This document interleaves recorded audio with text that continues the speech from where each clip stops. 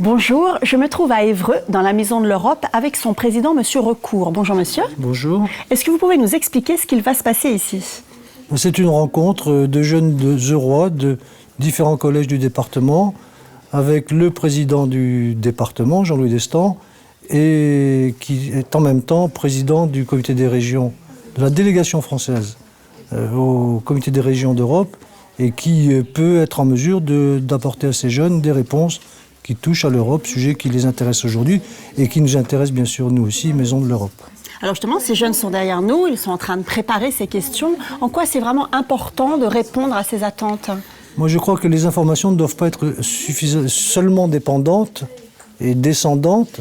Je crois qu'elles doivent être aussi responsables et s'exprimer et être écoutées, entendues et permettre à des catégories comme la jeunesse par exemple d'avoir des réponses aux questions que tout le monde peut se poser aujourd'hui sur l'Europe, dans un esprit de dialogue, de participation et dans un esprit aussi de construction de cette citoyenneté européenne qui nous fait défaut dans un monde et une Europe qui continue à devoir être construite avec un sentiment d'appartenance à une communauté de 500 millions d'habitants, l'Europe d'aujourd'hui. Écoutez, je vous remercie. Allons écouter ces questions.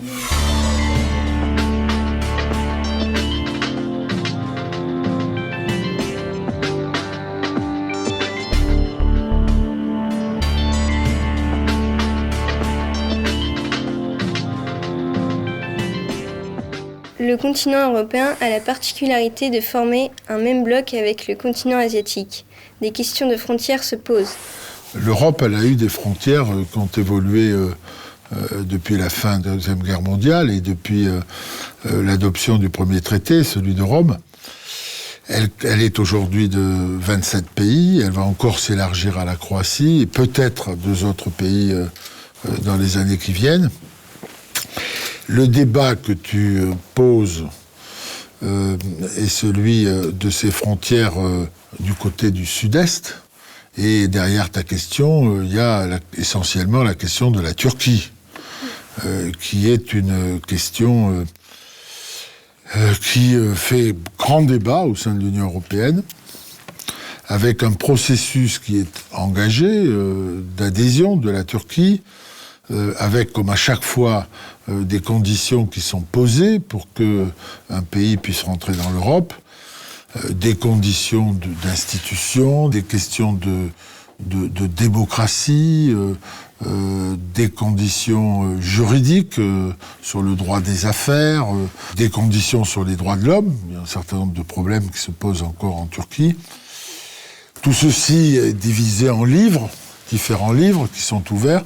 La Turquie a répondu à un certain nombre des questions qui ont été posées par l'Union européenne. Mais elle n'est pas au bout de ce processus et je ne suis pas certain aujourd'hui qu'il y ait l'unanimité au sein de l'Union européenne pour que, au bout du bout, l'adhésion soit acceptée. Bonjour Jean-Louis Destan. Chypre est une île isolée de l'Union européenne qui, en plus, est divisée en 2 parties. Une partie turque et l'autre plus proche de la Grèce. Sachant le refus qu'oppose l'Union européenne et à la Turquie, n'aurait-il pas été préférable d'avoir intégré des pays plus proches, comme la Serbie, en somme les pays du Balkan? Le problème de Chypre est en train de se régler. Là aussi, il y a un certain nombre de livres qui ont été ouverts.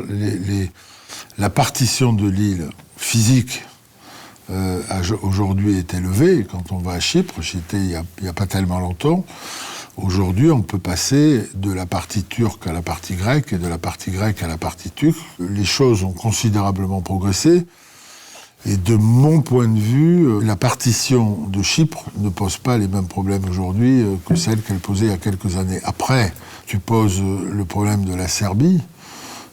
Elle a, elle aussi, à remplir un certain nombre d'exigences. La première qui a été remplie, c'était celle de pouvoir traduire au tribunal pénal international un certain nombre de ceux qui ont fait des exactions contre l'humanité à l'occasion de la guerre qu'a subie cette partie de l'Europe.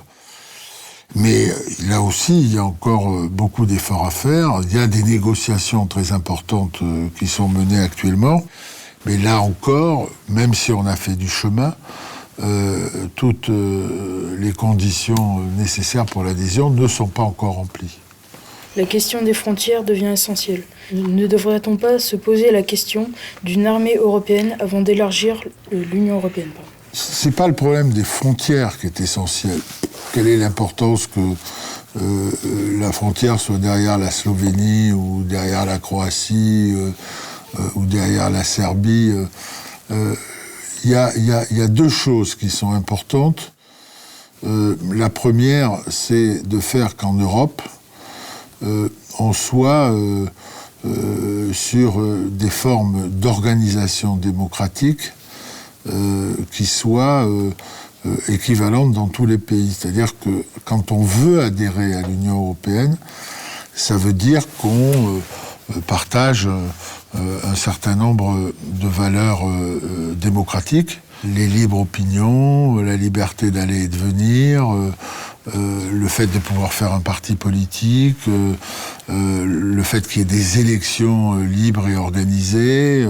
Mon sentiment, c'est que la priorité aujourd'hui européenne, elle a plus un caractère de fonctionnement économique et social que guerrier. Alors, bonjour Monsieur Destan. Est-ce que le cas particulier de la France, de redistribuer les aides européennes directement par l'État, est une bonne ou une mauvaise chose ? L'Europe vote des crédits sur différents sujets, le crédit de cohésion, le crédit de développement régional, le Fonds social européen. Elle les vote et elle les répartit ensuite par sujet et avec une déclinaison par pays. Après, les pays choisissent eux-mêmes la manière dont ils veulent qu'ils soient répartis dans le pays en fonction de ces différents sujets.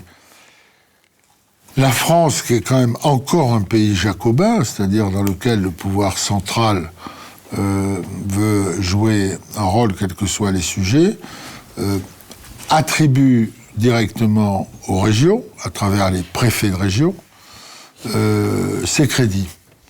Il y a une demande très forte qui a été adressée par les régions pour faire en sorte que les crédits européens, comme ça se passe en Espagne, en Italie, en Allemagne, soient accordés directement aux régions, surtout lorsqu'il s'agit de crédits de développement régional qui s'adressent à l'université, la recherche, l'agriculture, que ces crédits puissent être directement déconcentrés auprès des présidents de région. Bonjour Monsieur Destan. Bonjour. Anne Brassy du Collège Jacques Brel. Quel rôle peut avoir le comité des régions dans le financement et la construction de notre gymnase et de notre cantine ? Le comité des régions direct, rien. Bon. Mais la question, elle est trop raccourcie. Aujourd'hui, l'Europe, elle fonctionne sur plusieurs pieds. Il y a d'abord les conseils de chefs d'État que vous voyez régulièrement. Là, ils courent partout, ils passent la nuit, ils sortent, ils ont tous gagné. Il n'y a pas de perdants, il n'y a que des gagnants. Je plaisante, mais enfin. Vous avez donc les chefs d'État. Vous avez ou les conseils de ministres, des ministres européens lorsqu'il s'agit de tel ou tel sujet. Vous avez après la Commission européenne qui est d'une certaine manière le gouvernement de l'Europe. Il y a des commissaires, hein, c'est un peu l'équivalent, il y en a un par pays, donc il y en a 27, qui sont un peu l'équivalent des ministres dans les différents pays. Ensuite, vous avez le Parlement européen, avec les réformes qu'il y a eu, qui est aujourd'hui en codécision avec le gouvernement et les chefs d'État. Et puis vous avez ensuite deux choses, un comité des régions, qui comprend des représentants des régions, des départements et des villes des 27 pays européens, 24 représentants français au comité des régions. 12 qui représentent 12 régions françaises, 6 qui représentent les départements français comme l'Eure, et 6 qui représentent les villes françaises, qu'elles soient petites ou grandes d'ailleurs. La Commission dit, voilà, le budget européen, il va représenter ça. Le comité des régions va se saisir de cette proposition, et elle va dire, vu par les régions, voilà l'avis qu'on donne sur ce projet de budget. Bonjour Monsieur Destin, Julien Biardot, toujours du Collège Jacques Brel. Quel rôle le comité des régions peut-il avoir sur les débats de l'Union européenne concernant les dérives politiques de la Hongrie ? Nous avons pris position, évidemment, et nous l'avons fait sous l'angle qui est le nôtre, c'est-à-dire celle des collectivités territoriales, des mairies, En Hongrie, il y a quelques régions. Et on l'a fait en complément du débat qu'il y a eu au Parlement européen. On l'a fait sous l'angle régional et communal pour démontrer que le président actuel de la Hongrie ne respectait pas l'autonomie des collectivités locales, le pouvoir de décision des maires, que le fonctionnement démocratique aujourd'hui n'était plus assuré en Hongrie. Pour être en Europe, il faut qu'on partage un certain nombre de valeurs. Orban, le président hongrois, semble s'en éloigner. Les fameux crédits dont on parlait il y a 5 minutes vont lui être supprimés comme première mesure de sanction de l'Union vis-à-vis de ce pays qui ne respecte pas les engagements qu'il a pris en rentrant dans l'Union européenne. Donc si l'Hongrie continuait à retomber dans la dictature, quelles seraient les sanctions possibles dans l'Union européenne ? On n'est encore pas dans la dictature. On est dans un certain nombre de mesures qui restreignent les libertés publiques et qui modifient les institutions, et en particulier les règles électorales. On a un non-respect des règles démocratiques que j'évoquais. La Hongrie peut faire l'objet de sanctions économiques, je viens d'en parler, de sanctions politiques. On a toute une série de dispositifs qui sont des dispositifs coercitifs. La montée en pression peut se faire assez vite. Actuellement, l'Europe traverse une importante crise économique et beaucoup de pays sont concernés, notamment la Grèce, l'Espagne ou encore la France. On entend parler d'une note donnée à ces pays par des agences de notation. Quelles sont les répercussions concrètes que la perte du AAA le 13 janvier 2012 a provoqué et pourra provoquer à long terme sur l'économie française ? C'est un signal, c'est aussi un danger. Parce que ça peut avoir un certain nombre de conséquences. Quand la note est moins bonne, il faut quand même toujours continuer à emprunter. Et le risque, c'est que comme on a été moins bien noté, quand on est moins bien noté, ça veut dire pour ceux qui nous prêtent, si vous êtes moins bien noté, c'est que vous êtes un peu moins sûr de nous rembourser que vous ne l'avez été. Et le crédit, c'est-à-dire l'argent qu'on emprunte, il peut nous coûter plus cher. Donc s'il nous coûte plus cher, vous voyez bien ce que ça entraîne comme spirale de plus en plus difficile. En 2004, 10 pays majoritairement de l'Est intègrent l'Union européenne, ce qui a suscité un grand mécontentement au sein de l'Europe. Aujourd'hui, on envisage l'entrée de la Croatie. Ne pensez-vous pas que cela s'inscrira dans la dynamique anti-Europe de 2004 ? Et d'autre part, est-il souhaitable d'intégrer un pays dans la situation de crise économique où se trouve l'Europe ? Il aurait été inimaginable pour l'Europe de refuser d'accueillir en son sein ceux qui sont historiquement de plein droit. Alors, c'est vrai, quand on est un peu riche, comme nous, et qu'on fait venir des plus pauvres, à qui il faut construire des logements, des autoroutes, des aéroports, remettre en place une industrie, restructurer l'agriculture, avec en plus socialement beaucoup de casse pour eux, ça nous coûte. Ça veut dire qu'il y a eu des investissements qui ont été faits chez eux, mais ne vous trompez pas. On en fait des consommateurs européens qui eux-mêmes participent à la croissance globale de ce bloc européen. Il était évident qu'il fallait les intégrer, mais il y a un vrai débat qui traverse tous ceux qui réfléchissent à l'Europe depuis maintenant 7-8 ans, et qui est un débat qui est toujours actuel par rapport à la Turquie et ce qu'on disait tout à l'heure, qui est le débat entre approfondissement et élargissement. Approfondissement, ça veut dire prenons le groupe de ceux qui est le plus à même d'approfondir l'idée européenne, l'intégration, etc., et faisons-le avancer, ou est-ce qu'on continue à élargir, comme ça nous est demandé, sans mettre en place ces processus d'approfondissement? Donc ça, c'est un vrai débat. L'Europe est en crise financière. Après la perte du triple A en France, une solution a été proposée, sortir de la zone euro et convertir l'euro en francs. Pour vous, est-ce envisageable et quelles seraient les conséquences pour notre pays? Si la France devait sortir seule de l'euro, alors ça c'est la folie furieuse, la question c'est plutôt de dire est-ce que si l'euro disparaît et que les monnaies nationales reviennent, on aura des monnaies qui vont dégringoler, d'autres qui vont monter. Lorsque les monnaies vont dégringoler, on va avoir une inflation terrible.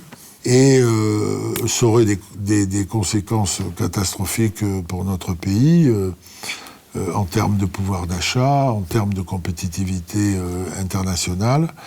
On a du mal même à mesurer l'étendue de la crise financière, économique et sociale que ça poserait. Bonjour Monsieur Destin, je suis Mathilde Dubuc, je représente le collège Georges Polytzer. Vous êtes président de la délégation française au Comité des régions. En quoi cette fonction est-elle un complément avec celle du président du Conseil général de l'Eure? À partir du moment où les départements de France, comme les régions de France, comme les communes de France, veulent faire entendre leur voix au sein de l'Union européenne, il faut qu'elles aient un certain nombre de personnes pour les représenter. Et l'association des départements de France, qui regroupe tous les départements, a désigné un certain nombre de représentants pour aller siéger là-bas. Et j'ai fait partie de ceux qui ont été désignés, et je le fais avec beaucoup d'intérêt. L'intérêt du comité des régions, c'est de donner l'éclairage des villes, des communes ou des départements, de donner notre éclairage par rapport aux législations qui vont être modifiées au niveau européen. Votre mandat de président de la délégation française au Comité des régions offre-t-il une meilleure visibilité du département de l'Eure en Europe? La réponse est dans la question, oui. Je participe aux activités du Comité des régions, j'ai un accès plus facile aux responsables européens. Moi, je le fais, bien sûr, pour essayer de promouvoir mon territoire, mes habitants, trouver des crédits, faire en sorte que les choses avancent. Mais, et on était hier avec la représentante en France de la Commission européenne, pour essayer de convaincre tous mes concitoyens de l'Eure que l'Europe ça existe, l'Europe c'est à la fois une réalité, c'est une espérance, c'est notre horizon, que le monde ne s'arrête pas à la Nationale 13 à Évreux et à la Nationale 175 à Beuzeville, que la mobilité c'est nécessaire, qu'il faut s'enrichir en s'ouvrant sur les autres. À votre avis, est-ce que l'Europe d'aujourd'hui a un sens? L'Europe d'aujourd'hui, bien sûr qu'elle a un sens. Il n'y a qu'à regarder l'Europe d'hier. Il y a quelque chose que ma génération, comme votre génération, ne peut pas comprendre et qu'on a oublié parce qu'on ne l'a pas vécu. L'Europe, elle s'est déchirée, elle s'est entretuée pendant toute son histoire. Faut-il rappeler que la Deuxième Guerre mondiale, pas simplement en Europe, mais elle a fait 42 millions de victimes. L'Europe, depuis 1945, elle vit dans la paix. Aujourd'hui, l'ensemble de ces pays, on a parlé tout à l'heure de la Hongrie, qui a tendance à vouloir en sortir, mais l'ensemble de ces pays a une pratique démocratique et un niveau de vie économique bien supérieur à celui qui existait il y a 60 ans.